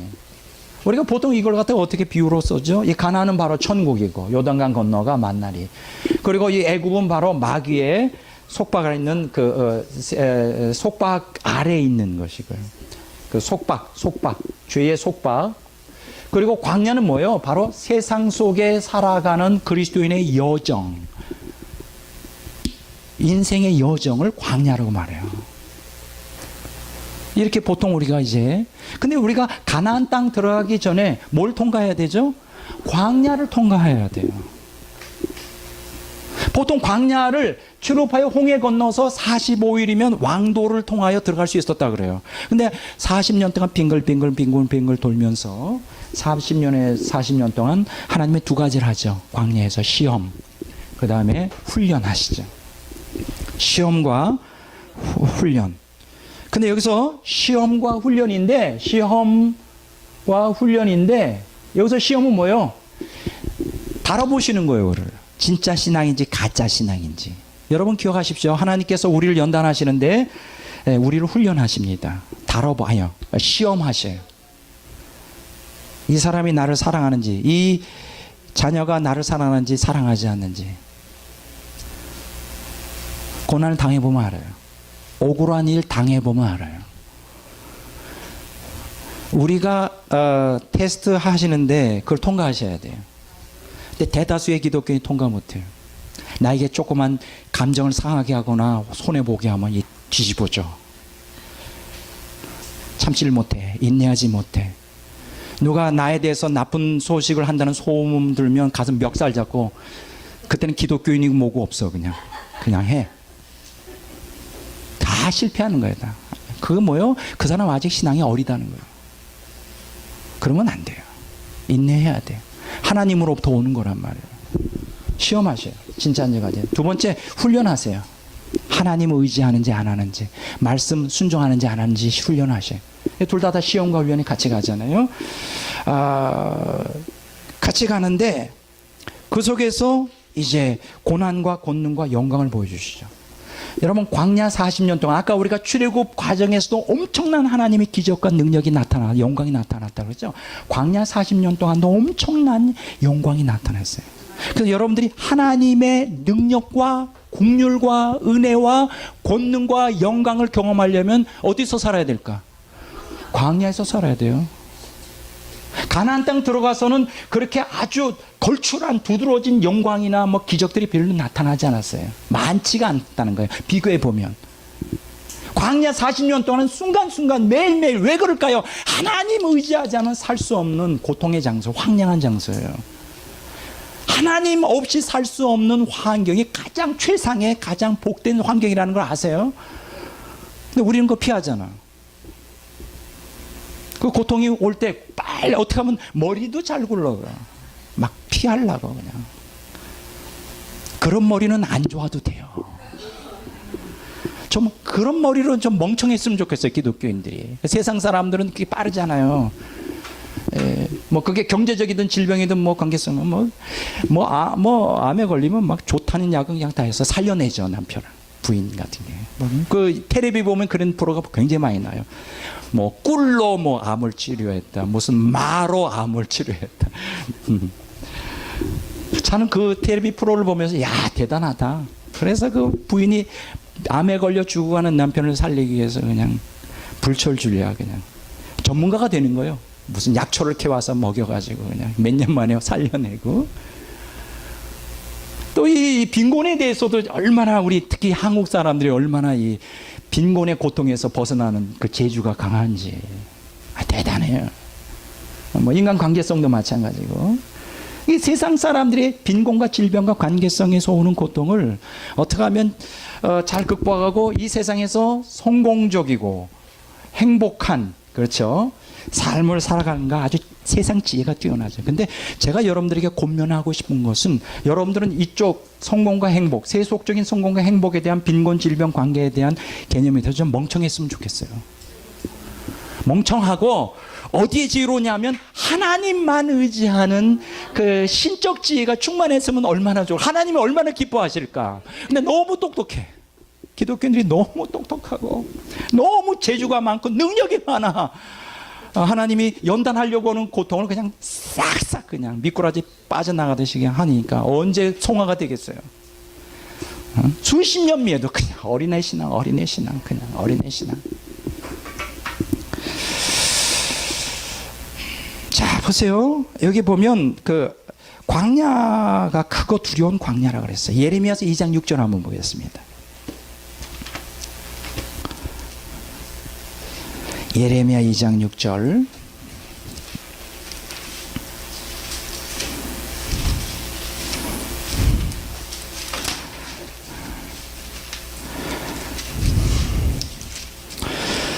자, 다 같이 한번 읽어보도록 하겠습니다. 예레미야 2장 6절. 그들이 우리를 애굽 땅에서 인도하여 내시고 광야 곧 사막과 구덩이 땅, 건조하고 사망의 그늘진 땅, 사람이 그곳으로 다니지 아니하고 그곳에 사람이 거주하지 않은 땅을 우리가 통과하게 하던 여호와께서, 여기까지. 여기 보면 광야인데 사막과 구덩이 땅, 건조하고 사망의 그늘진 땅이에요. 사망의 그늘진 땅. 이게 바로 광야예요. 근데 이 광야를 하나님이 우리를 통과하게 하셔요. 그러면 하나님께서 이스라엘 백성들이 광야 40년 통과할 때 원망 많이 했죠. 불평 많이 했죠. 하나님이 우리가 죽어서 장사 지낼 곳이 없어서 애굽에서 건져내가지고 우리를 광야에서 죽게 한다고. 오늘날 대다수의 기독교인들이 그렇죠. 우리에게 고통이 올 때, 고난이 임할 때 하나님께 불평해요. 하나님 나 안 사랑하나 보다. 하나님 나 버렸어. 뭐 이렇게 불만 불평을 하죠. 그거 아니에요. 광야는 사망의 그늘진 땅이지만은 광야길을 하나님이 걷게 하셨어요. 그 왜 그럴까? 두 가지. 하나님의 영광을 나타내기 위해서. 그리고 거기에서 우리를 시험하고 훈련하기 위해서. 훈련 장소란 말이에요. 훈련 장소예요. 자, 보세요. 자, 하나님의 훈련 장소입니다. 자, 첫 번째 하나님의 은혜와 보호를 통해 능력을 나타내는 장소라 그랬죠. 자, 두 번째 하나님의 훈련과 연단의 장소예요. 신명기 8장 2절에서 6절 봅니다.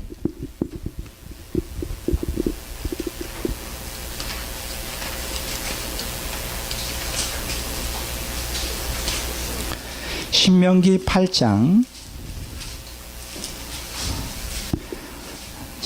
2절에서 6절까지 뭐 다 읽으면 참 좋겠지만 사실은 이 내용이 신명기 8장 1절부터 20절까지가 사실은 다 읽어야 돼요. 막 구구절절이 주옥 같은 말씀이죠. 뭐 시간이 없기 때문에 자 8장 15절 한 절을 더 읽어봅시다. 너를 인도하여 그 광대하고 위험한 광야 곧 불뱀과 전갈이 있고 물이 없는 건조한 땅을 지나가게 하셨으며 여기까지. 광야의 특징을 얘기하죠. 광대가 위험한 광야예요. 불뱀과 전갈이 있고 물이 없는 건조한 땅을 통과하게 하셨다. 자, 8장 2절부터 6절까지 읽겠습니다. 내 하나님 여호와께서 이 40년 동안에 내게 광야길을 걷게 하신 것을 기억하라. 이는 너를 낮추시며 너를 시험하사 내 마음이 어떠한지 그 명령을 지키는지 지키지 않는지 알려 하심이라. 너를 낮추시며 너를 줄이게 하시며 또 너도 알지 못하며 내 조상도 알지 못했던 만나를 내게 먹이신 것은 사람이 떡으로만 사는 것이 아니요 여호와의 입에서 나오는 모든 말씀으로 사는 줄을 내가 알게 하려 하심이라. 이 40년 동안에 내 의복에 헤어지지 아니하고 내 발이 부르트지 아니하였느니라. 너는 사람이 그 아들을 징계함 같이 내 하나님 여호와께서 너를 징계하시는 줄을 마음에 생각하고 내 하나님 여호와의 명령을 지켜 그의 길을 따라가며 그를 경외할지니라. 야, 구구절절이 진리고 놀라운 말씀이에요. 광야길을 인도한 분은 누구? 하나님이에요.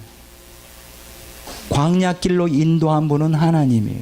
전갈이 있고 아주 사망의 그늘이 있고 무서운, 그렇죠, 고통스러운, 우리에게 허락하신, 고통이 가득 찬 인생을 허락하신 게 하나님이에요. 근데 광야길로 인도하셔서 뭘 하셨느냐? 우리를 시험하셨다. 근데 시험하는데 어떻게 시험하느냐? 일단 낮추시며라는 단어가 있어요. 여기서 낮추다라고 하는 헬라어 히브리어 단어는 뭐냐? 천하게 하다, 괴롭히다, 이런 뜻이에요. 우리를 괴롭게 하는 거예요. 그게 빈곤이든 질병이든 인간관계든 그 무엇이든 괴롭게 하는 거예요. 갈등을 갖게 하는 거예요. 그래서 우리를 시험하는 거예요. 그런 괴로운 환경 가운데서 하나님 말씀을 지키는지 안 지키는지 보는 거예요.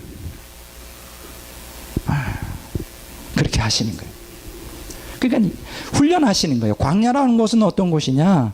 하나님께서 훈련하고 연단 하시는 장소예요. 그러면 여기서 아주 중요한 게 있어요. 왜 그렇게 광야 같은 세상에서 우리를 갖다가 시험하고 훈련하고 고통을 허락하시느냐? 여기 목적이 있습니다. 자, 16절 한번 읽어보겠습니다. 16절 다 같이 읽겠습니다. 내 조상도 알지 못했던 만나를 광야에서 내게 먹이신다니 이는 다 너를 낮추시며 너를 시험하사 마침내 내게 복을 주려 하심이라. 하나님이 우리를 광야의 고통으로 몰아가시는 거는 하나님이 우리가 고통당하는 걸 즐기는 메조키스트가 아니구나. 세디스트가 아니구나. 세디스트. 가학을 해가지고 누구에게 고통을 줘서 그거 보고 쾌락을 경험하는. 하나님 절대 그런 분 아니에요. 여러분 기억하십시오. 하나님은 여러분들의 뒤통수를 치는 분이 아니에요. 겉으로는 웃는 얼굴로 딱 뒤에서 뒤통수 딱 치는 거예요. 근데 그렇게 느껴질 때가 종종 있어요. 저도 어떤 때는 막 높이셔 올라가. 근데 저는 알아요. 옛날에 처음에 막 높아질 때는 계속 올라갈 줄 알았어요.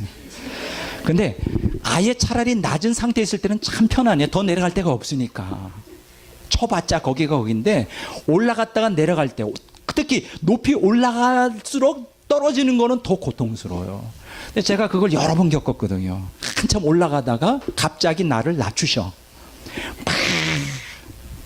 막 죽는 줄 아는 거지. 그래서 배신감을 느끼는 거지. 나를 뒤에서 뒤통수 치는 하나님. 아니 어떻게 그럴 수 있는 거야. 그런데 그걸 많이 겪다 보니까 이제는 어떠냐, 올라가도 떨어질 걸 보고 올라가죠. 내려가겠구나. 기대도 안 해. 뭐 올라간다고 좋아하지도 않아. 기대도 안 해. 뭐 올라가면 올라가는 거, 내려가면 내려가는 거. 나하고 무슨 상관이 있어. 그렇게 훈련하시더라고요. 왜 그렇게 하실까 하나님? 왜 하나님은 올라갔다가 갑자기 나 예상 안 했을 때 막 내리쳐가지고 낮추게 하실까요? 거기에 집착하지 않게 하기 위해서. 호불호, 좋고 나쁜 것, 내 욕망에 좋은 것, 뭐 좋은 거는 있잖아요. 뭐 내가 명예를 얻는다든가 돈을 많이 생긴다든가 뭐 여러 가지, 막 사람들이 날 인정하는가, 거기 나는 별로 관심 없어요. 왜냐면 그러다가도 막 사람들에게 호응받다가 뒤에서 막 손가락질 당하고 막 갖가지 소문도, 그런 일도 많이 겪었으니까요. 그러고 이러려면 그건 난 관계없어요. 여러분들도 이렇게 초탈, 이걸 뭐라 그러는지 알아요? 초탈이라 그래요. 따라서 초탈. 이걸 디태치먼트라 그래요. 모든 이 세상에 하나님이 아닌 이 모든 이 세상의 그 사물이든 인간이든 모든 것에 초탈해야 돼. 어느 정도 거리를 둬야 돼. 집착하면, 어태치먼트 하면 안 된단 말이에요. 그게 바로 우상숭배고 그것이 우리에게서 생명을 뺏어가는 일이에요. 하나님에게만 어태치먼트라는 거예요. 집착을 하라고요. 하나님이 아닌 이 모든 것에서는 초탈을 해야 돼요. 그러기 위해서 올렸다가 뒤통수 치는 것 같은 경험을 하는 거예요. 피조물에 너무 집착하지 말라고. 난 감사하죠. 너무나 감사해요. 난 너무 감사해요. 자, 여기 보면 왜 하나님께서 광야를 통과하게 하시고 광야 속에서 고통, 시련과 연단을 허락하시는가? 뭐예요? 마침내 내게 복을 주시려고. 그게 목적이에요. 복을 주시기 위해서. 그럼 우리가 딱, 우리 기독교인들이 이게 문제야. 이게 딱 틀이 돼요. 복, 로또 복권. 하나 주시겠구나. 이게 자동이에요. 아주 그냥 이게 이 오늘날 현대가 물질 문명이 극도로 발달하면서 물질 문명과 더불어 세속화가 급진전하잖아요. 이게 지금 문제가 심각한 게 뭐냐? 오늘 개신교, 기독교가 성경적 신앙에서 떠나가 있어요. 성경적 복의 개념에서 떠나가 있어요. 우리도 세상 사람들처럼 세상 사람들이 원하는 게 복이 뭡니까? 오래 사는 거, 높은 지위에 올라가는 거, 오래 사는 거, 높은 지위에 올라가는 복록수, 재물을 얻는 거. 이게 복록수라고 하는 게 이제 동양 사상이잖아요. 재물을 많이 얻는 거, 그 다음에 높은 관직에 얻는 거, 그다음에 오래 사는 거, 건강하게. 이게 복록수거든요. 이 어느 순간에 기독교인들도 똑같은 마인드를 갖게, 세속적인 마인드. 복하면 자꾸만 그게 물질적으로 부자가 되는 거, 자꾸만 세상에 명예에 올라가는 거, 그걸 잠깐 복이라고 생각해요. 그게 나쁘다는 건 아니지만, 여기서 말하는 복이 도대체 무엇일까? 이게 고통의 열매를 통해서 말씀을 드리려고 합니다. 여기 보면 기본적으로 하나님이 우리에게 주시고자 하는 복이 7가지가 있어요. 그 궁극적인 것은 하나님 자신이 되는 신적 성품이 되는 생명을 주시고자 해요. 그게 가장 큰 복이에요. 하나님의 생명을 우리에게 주는. 근데 하나님의 생명을 우습게 하는 사람들이 있어요. 그거는 천국 가면 누리는 거 아니에요. 나한테 지금 당장 필요한 것은 돈이에요. 돈, 명예예요. 행복이에요. 행복. 하나님의 생명 이거 어디다 갖다 팔아먹어요. 이거 하나님 생명도 아무도 살 사람이 없는데 내가 원하는 건 행복이에요. 행복 좀 주세요. 근데 모르고 있어요. 하나님의 생명 안에 초월적인 행복이 있다는 거 모르고 있어요. 이제 오늘도 안 되면 다음 주에 계속 이어지면 하나님의 생명 안에 어떠한 행복이 있는지 그걸 제가 입증해 보이려고 해요. 그래서 여러분들의 그 의식 구조를 바꿔놓고 싶어요. 우리가 지금 제일 중요한 것은 오늘 개신교인들이 지금 가장 급선무인 건 뭐냐? 그 구원에 관한 또 생명에 관한 또 신앙에 관한 의식 구조를 변혁을 시키는 게 가장 급선무예요. 복의 개념이 무엇인지 그걸 빨리 바꿔놔야 돼요. 그렇지 않으면 우리가 이 험한 이 세속의 공격에 이게 살아남지를 못해요. 자, 그러면 고통을 통하여 이 복을 주신다 그랬는데 복이 지금 7가지를 말씀드리려고 그래요. 자, 첫째 고통 열매인데 베드로전서 4장 1절 2절 한번 보겠습니다.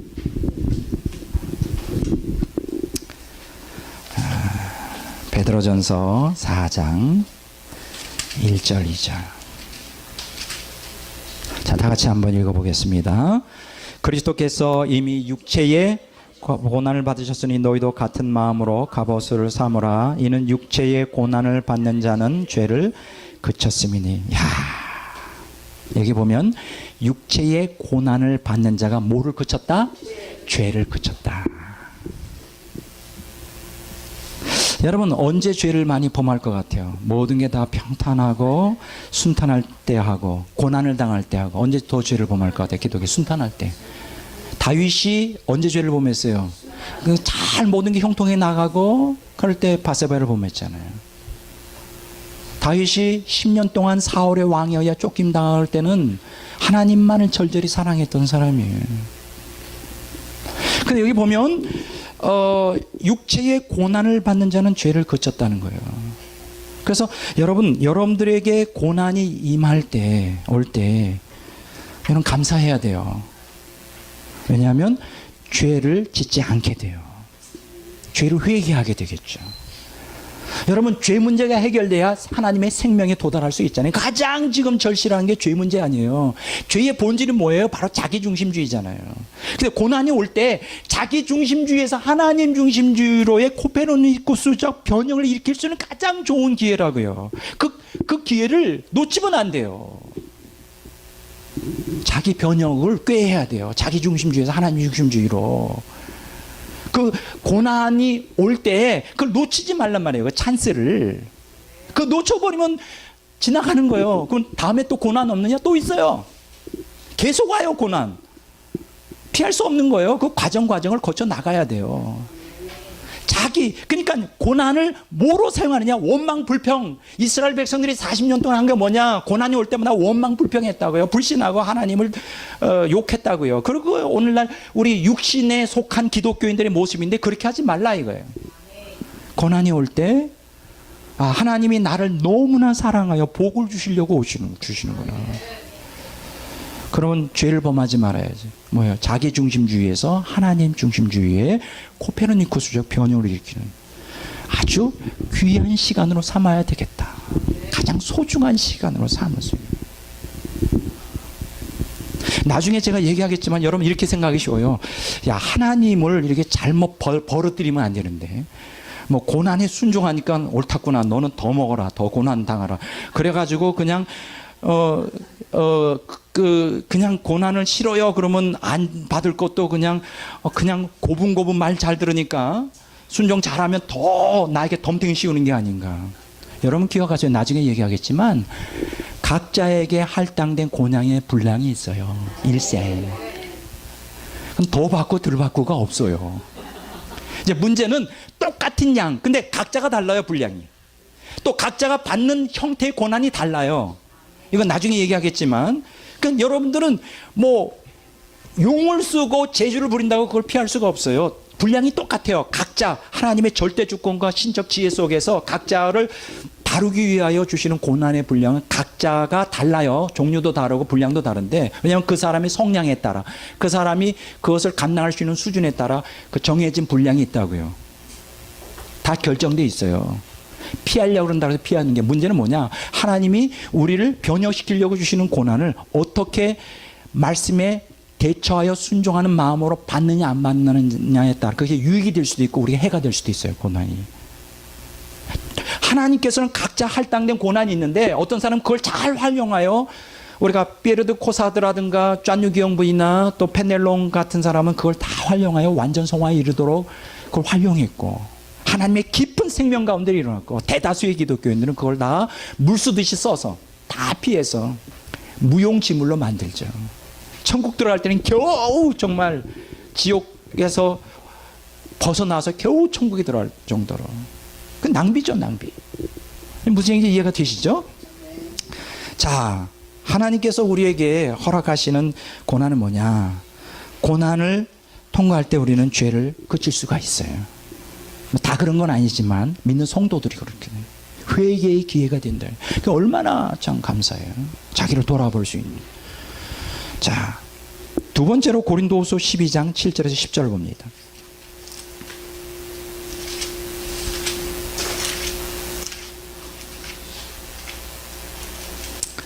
고린도후서 12장 7절에서 10절까지 보도록 하겠습니다.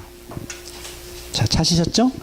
다 같이 읽습니다. 여러 계시를 받은 것이 지극히 크므로 너무 자고하지 않게 하시려고 내 육체에 가시 곧 사탄의 사자를 주셨으니 이는 나를 쳐서 너무 자고하지 않게 하려 하심이라. 이것이 내게서 떠나가게 하기 위하여 내가 3번 주께 간구하였더니 그에게 이르시기를 내 은혜가 내게 족하도다. 이는 내 능력이 약한 데서 온전하여짐이라 하신지라. 그러므로 도리어 크게 기뻐함으로 나의 여러 약한 것들에 대하여 자랑하리니 이는 그리스도의 능력이 내게 머물게 하려 함이라. 그러므로 내가 그리스도를 위하여 약한 것들과 능력과 궁핍과 박해와 곤고를 기뻐하노니 이는 내가 약한 그때에 강함이라. 바울 사도는요, 놀라운 분이에요. 고난의 신비를 정확하게 꿰뚫고 있는 분이에요. 자기가 약할 때, 자기가 능력을 당하고 궁핍과 박해와 곤고를 당할 때, 그 약할 때 곧 강함이고, 그게 바로 생명의 길이라는 걸 정확하게 파악하고 있어요. 오늘 우리도 그런 사람이 돼야 돼요. 근데 개신교인들 중에는 그런 사람들을 찾아보기가 많지는 않아요. 있어요, 분명히 있는데 참 대단한 분이에요. 그 약할 때, 능력받고 핍박과 박해와 공고를 당할 때 그리스도의 능력이 강하게 자기를 장악하게 된다는 사실, 이 비밀을 알게 되는 거예요. 근데 바울 사도 보세요. 사탄의 가시가 있었다 그랬죠. 뭐 여러 학자들마다 그 가시가 뭐냐, 뭐 안질이다, 간질이다 뭐 얘기하지만 그건 뭔지 모르죠. 사탄의 사자를 이 가시의 형태로, 그게 뭐 은유적인 비유지만은 바울에게 심어주었어요, 하나님이. 그것 때문에 계속 일생 고통을 당했어요. 그래서 계속 기도했어요. 하나님, 이 가시를 제거해달라고 몇 번 기도했다고요? 3번 기도했어요. 3번이라는 건 완전 숫자죠. 그건 뭐냐면 열렬하게. 예수님도 3번 겟세마네 동산에서 기도했잖아요. 열렬하게 기도했다는 거예요. 얼마나 그 고통이 강했으면, 얼마나 그 고통이 심했으면 제거해달라고. 근데 제거가 됐어요, 안 됐어요? 안 됐어요. 내 은혜가 내게 족하다. 여러분, 때때로 우리를 고통스럽게 하는 가시 같은 그런 고통이 있을 수 있어요. 그게 여러 가지 있어요. 어떤 사람은 빈곤, 질병, 관계, 뭐 여러 가지. 그 외에도 많죠. 각자에게 주신 그 내 몫에 태인 십자가 다 달라요. 근데 기도할 겁니다. 하나님 이걸 고쳐주세요. 근데 안 고쳐주는 경우가 있어요. 그럴 때는 이렇게 생각하세요. 아, 하나님께서 나를 더 약하게 하시려고, 겸손하게 하시려고. 왜 그럴까요? 여기 보면 바울 사도가 받은 계시가 너무 크고 엄청난 거예요. 그게 교만해질까봐, 자만해질까봐. 교만은 패망의 앞잡이 선봉이에요. 여러분 기억하십시오. 어떠한 일이 있어도 교만은 잡아야 돼요. 겸손해야 돼요. 겸손한 자에게 하나님의 은혜를 베푸셔요. 예수님이 그 예루살렘 입성할 때 나귀 새끼를 타셨어요. 말을 타지 않고 왜 나귀를 타셨을까요? 스가랴서 9장에 나와요. 겸손을 나타내기 위해서. 겸손한 자에게 구원이 임하는 거예요. 교만한 자는 100% 그건 지옥행입니다. 기독교인들도 예외는 아니에요. 근데 교만하지 않기 위해서 얼마나 하나님이 바울을 사랑했으면 사탄의 가시를, 사탄의 사자를 거기다 심어주었겠어요. 근데 하나님께서 다 심어줘요. 여러분들 각자에게. 그게 뭔지는 모르지만 감사하게 생각해야 돼요. 왜 내 팔자는 이렇게 억세지? 이렇게 생각하지 마시라. 왜 저 사람은 잘 사는데 나는 뭐야? 다 달라요. 여러분들 요한복음 21장에 보면 예수님께서, 부활하신 예수님께서 베드로에게 말하잖아요. 너가 나를 사랑하느냐. 그래서 물어본 다음에 너는 이제 젊어서는 네 마음대로 살지만 이제 나이가 들어서는 팔을 벌리고 십자가에 죽게 될 것이라는 걸 예고해요. 그랬더니 그 옆에 사도 요한이 있었는데 베드로가 물어보죠. 이 사람은 도대체 뭐 그냥 너는 관심하지 마. Don't care. 간섭하지 마. 너는 네 길을 가는 거야. 여러분 어떻습니까? 사도 요한은 어때요? 물론 고난을 당했지만 백수를 했죠. 정말 백수를 하고 죽었어요. 요한계시록을 썼어요. 근데 베드로는 객사를 했잖아요. 거꾸로. 그것도 그냥 죽은 게 아니라 거꾸로 십자가에 못 박혀 죽고, 바울 같으면 목에 잘려 죽고. 뭐 이 사람은 왜 이렇게 죽고 저 사람은 왜 저렇게 죽었을까요? 그건 하나님이 주권 속에 있는 거예요. 여러분 각자 인생이 달라요. 남과 비교하지 마세요. 난 너무 좋아요. 이게 무슨 얘기냐면 나는 내 인생이 좋다고요. 이건 나에게 주어진 독특한 인생이고 내가 걸어가기를, 그래 나는 여기에 불만이 없어요. 왜 나는 큰 막 수천 명 모이는 목회를 못할까? 왜 나는 세계적인 종이, 나는 불만 없어요. 하나님은 내 체질을 너무나 잘 아시기 때문에. 나 그렇게 다른 사람처럼 유명해지면 내가 지옥 갈까봐 이렇게 그냥 눌러놓으시고 난 너무 감사해요. 난 너무 행복해. 여러분 자신이 삶의 환경에 대해서 행복하셔야 돼요. 자꾸 남하고 비교하지 마세요. 남하고 비교하지 말라. 다른 사람들 저렇게 많이 공부했나 나는 뭐야. 다른 사람은 저렇게 훌륭한 집에 살고 좋은 차 타는 나는 자꾸 비교하지 말라고. 자족하시고 감사하세요. 그게 하나님이 여러분에게 세팅해 놓은 인생의 길이라고요. 광야길에. 바울 사도에게 사탄의 사자 가시를 허락했다면 우리에게는 없겠느냐고. 우리가 없으면 사생자고 버림받은 사람들이지. 각자에게 다 있어요. 저에게도 가시가 있고요. 저에게도, 여러분들에게도 가시가 있어요.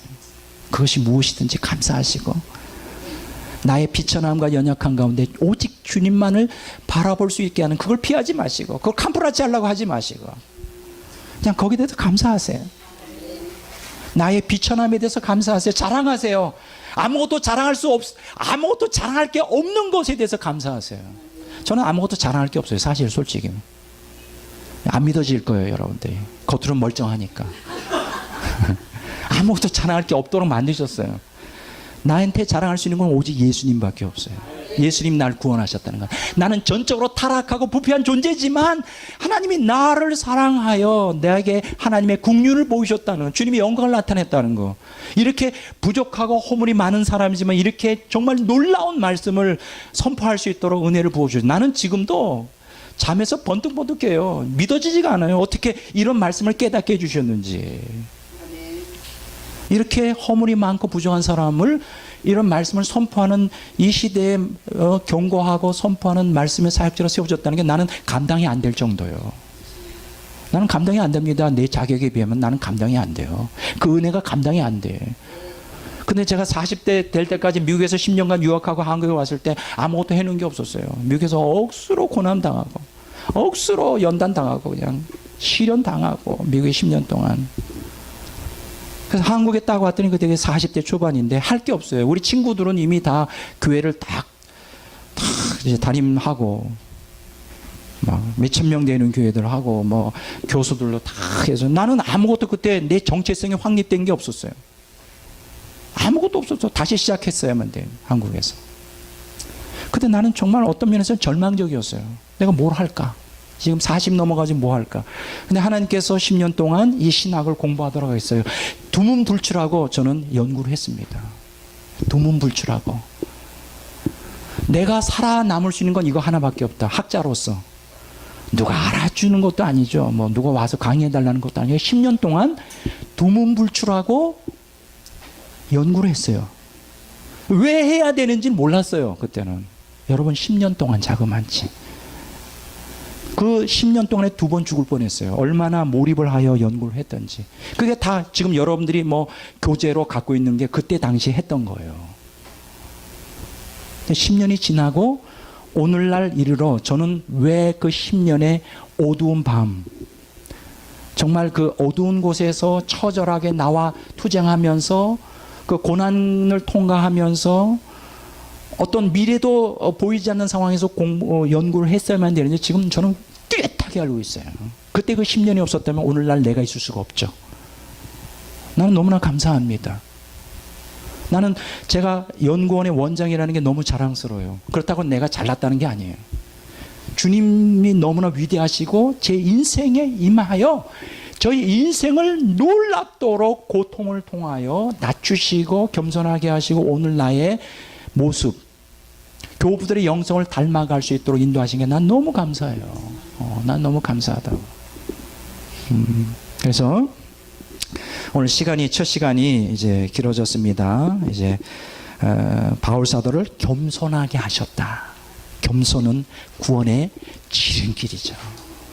저절로 겸손해지지 않아요. 하나님이 치셔야지 겸손하지. 그래서 이 고통은 우리를 겸손하게 하신다. 여기까지 첫 시간을 마치고 이제 점심 식사 후에 이제 두 번째 시간을 갖도록 이렇게 하겠습니다. 자, 복음성가 한 곡을 부르